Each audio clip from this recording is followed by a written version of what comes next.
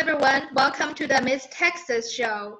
And this is the show that we showcase the life and highlight amazing survivors of traumatic events, family violence, sex trafficking, sexual abuse, and community leaders to share the community resources. Under our segment, Military Time, we invite military and veterans who would like to share with us their experiences during and after their military services. We run this segment in partnership with the National Veterans Chamber of Commerce, and we would like to invite those who have overcome traumatic events and would like to share and are now ready to help others. We also have another segment called Beautiful Ashes. Under this segment, we invite fellow pageant sisters, winners and nominees, artists, musicians, actors, models, and dancers, but last but not least, ambassadors who are here for the causes to share the important message to our audiences and to show them what they have overcome and the impact that they have made in our community. Our show runs twice a month. If you would like to be a guest on our show, feel free to reach us at msusatexas@gmail.com, or you can reach us on Facebook at MSUSA Texas. So today we have our special guest, Anne Winslow. Anne is a wonderful advocate, and much of her advocacy work has been driven by most of the influential part of her life. She was adopted at the age of 18 months old in New York, and that had closed records.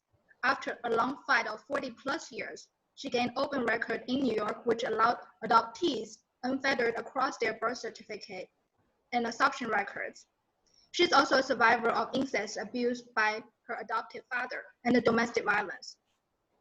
And I'm gonna pass the mic to her to tell more about the details later when we speak about her. When I read about her story, it was very shocking, but also very powerful what she has gone through, and today what she is doing to help her healing as well as helping other people being an advocate. So she has earned her BA in Human Growth and Development with a concentration in Early Childhood at Soldier Douglas College in Baltimore, Minnesota. Is it Minnesota? Maryland. Maryland, I'm sorry. And she has taught from preschool to adults, regular and special ed in California, Germany, Baltimore for over 30 years. So without further ado, we're gonna invite Anne to share with us a little bit of the story. Like I said, it was very shocking when I read a little bit of the story, and we met, I would say, less than a year ago, right? And I read her healing journey, and it was beautiful, and we started talking, and here's where she is now. So I would like to pass on the mic to her and let her do the talking now.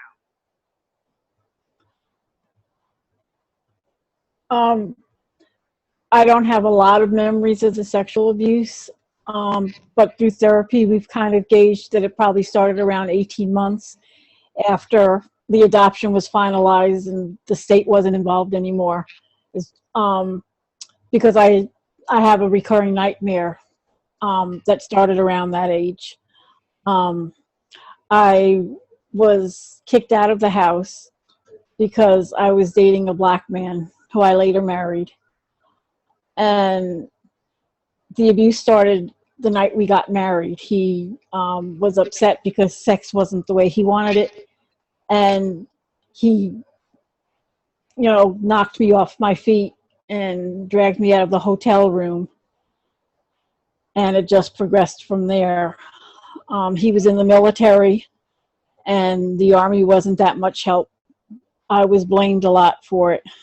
And when he was finally got into trouble in the military for forging promotion packets and tampering with records of soldiers because he worked in the offices, they told me that the court-martial would definitely go through if I gave testimony of his abuse. And they promised me that they wouldn't let him go, but they did.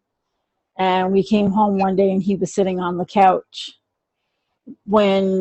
And of course there was, a lot of abuse after that because I had said what had happened.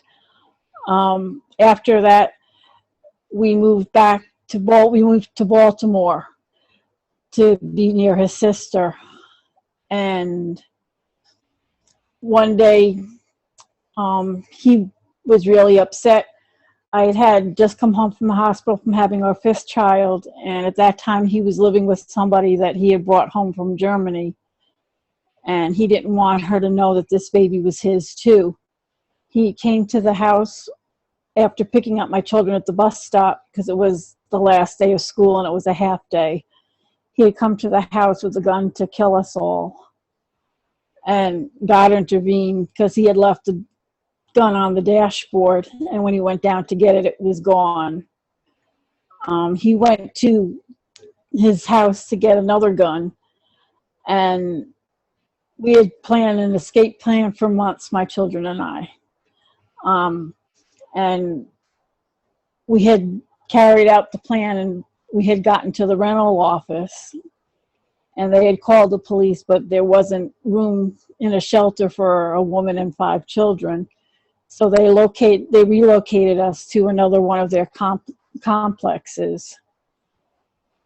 About a year after that, my ex-husband kidnapped my older 4 children and eventually took them to Germany because it was just as hard at that time to get them out of Germany as it was the Middle East. When my older children, the 3 older ones, were able to move out of his house, we reestablished contact, and my youngest was gone 11 and a half years. He returned to the States, and we were able to get her because he abandoned her at the airport. He had somebody put his new wife and supposedly the children on a plane, but he claimed that there wasn't enough money for everybody, so they abandoned her at the airport. She was taken when she was 3, so she didn't really know who to believe. Her dad, who said that I was going to put them in foster care because I had another man, or her older brother and sisters that said, no, Mom didn't. So she had stayed with my son and then one of my daughters until we reestablished our relationship. I came apart at the seams when I was in seminary because I had to stay with my adoptive parents. I was trying to keep my youngest daughter in school so that she wouldn't be disrupted, and the triggers were too much. But I was blessed with a really good therapist that was trauma informed. She had just opened up her practice with her husband, and they were lifesavers. My life isn't perfect. I have CPTSD and major depressive disorder. My mouth is in horrible condition because my ex-husband would put a gun to my head and pull the trigger. He had 1 bullet in the chamber, and it triggers me a lot to go to the dentist because of the metal on my face and hands in my mouth. But before the records were even open in New York, I was able to find my birth parents, and it filled in a lot of the pieces to the puzzles. I was amazed to find out how much we were alike. Both of them were activists while they were alive. And my mom was a big activist for domestic violence too. Wow. And it was really interesting just to talk to her about things that she had done. And my dad was a big activist in the community too. And it was really good to see, that's where I had gotten all of my passion from. Now I work with a group called STAN. It's Sexual Assault Advocacy Network. I'm a moderator on their Facebook group and work on their website, and we're launching an incest website, which is one of the first of its kind. I work with Put People First and the Underground Railroad in the Poor People's Campaign, a call for moral revival.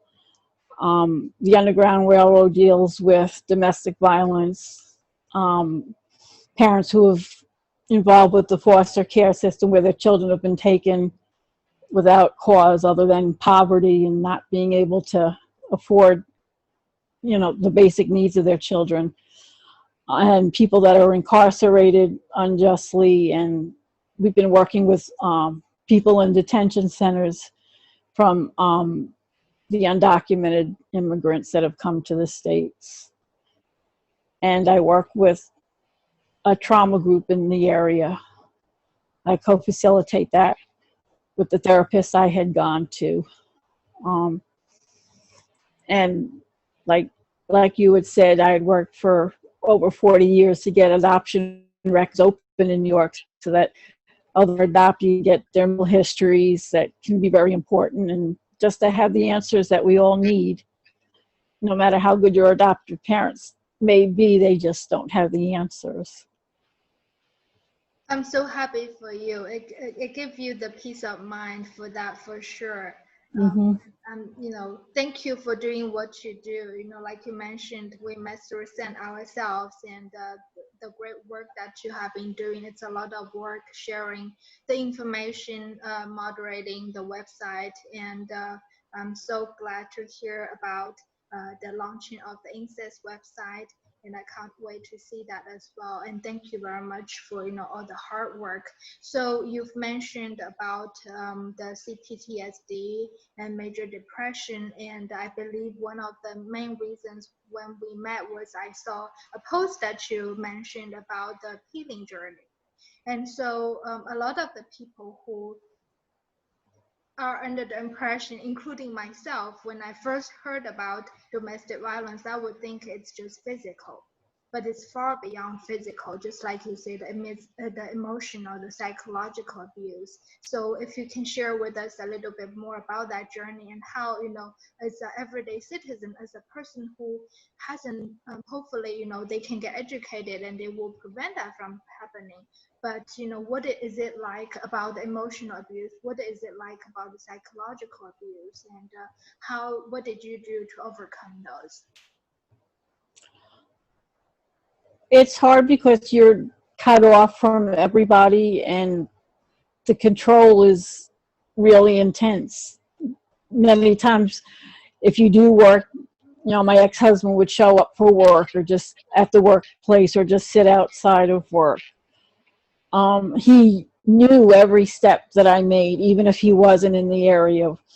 When he was in the military, he could tell me what time I left the house to go to the grocery store and where I sat on the shuttle bus.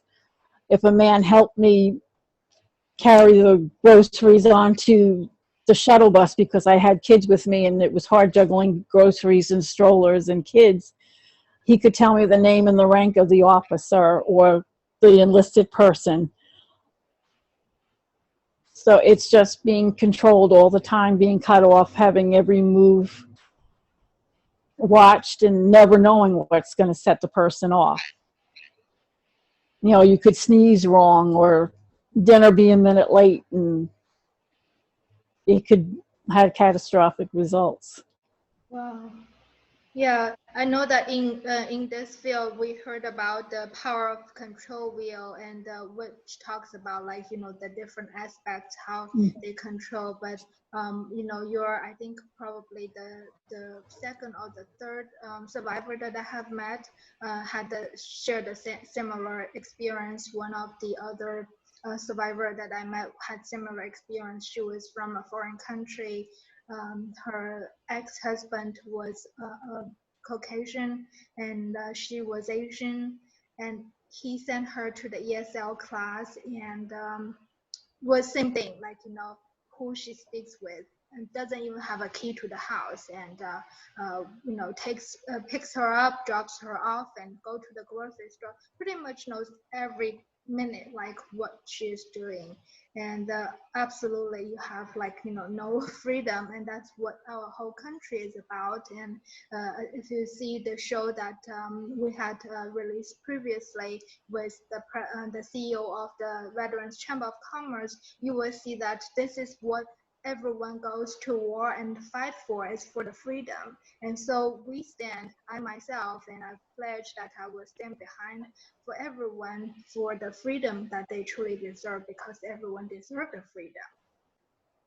And the emotional trauma that you mentioned about going to the dentist and everything, and it's really hard. And I know that a lot of the therapists that they are trauma informed, but I this is pretty new to me. And if you need some help, we're giving a shout out here to see the states, and if you can tell our audience like where you are located, the city and the state, and hopefully people who are watching will know people. Make sure that you leave in the comments for Miss Winslow to refer to, so that we can hopefully get the help for someone who is trauma informed and who can help her with the help that is really needed, because it will definitely trigger her, but we need someone who has the experience dealing with people who has such experience to help them adequately. So if you know of someone, or you are someone who can help, make sure that you leave a comment in the comment section below. And also, I wanted to mention that this month is Domestic Violence Awareness Month. And if you think that you are in danger, and make sure that you call the National Domestic Violence Hotline, and the number is 1-800-799-SAFE. 1-800-799-SAFE. I will also put in the link below. And last but not least, I want to thank one of our sponsors, Hope PYX Global, for donating the purple masks for the month of October, because it's the Domestic Violence Awareness Month. So they're donating the purple masks like these ones. And because of COVID, we are shipping them out, and that also will be helpful for everyone who will be living out of state. All you need to do is send us a message, leave a comment below, send us an email on the comment below, which we will show you the email address, or leave us a message on the MS USA Texas Facebook website. And here's the other color that's available. These are limited quantities, and we want to thank you to our donors for that. And we'll contact you accordingly. All you need to do is just to pay for the shipping. And hopefully, that will help us spread the message out. We know that this is a very important message and very strong, what we call it, the hidden pandemic. As you can imagine, Ms. Winslow, right? It's something that we see the COVID, and it's spreading and it's killing people, but this is spreading just like we need to do something to end this. And I stand behind the stand to end this, and I call everyone who will help us stand behind this to end this. And but I just wanted to thank you so much, Ms. Winslow, for sharing your story. And I am, on one hand, I was sad for what happened to you, but I'm so proud of you for what you have overcome. And look at what you have done now and what you're doing, and keep up with the great work. We're gonna link, the work and the bio of Ms. Winslow in the comment section as well, so that you'll have more information about her. And once again, if you know and you are a dentist who can provide this help, please do let us know.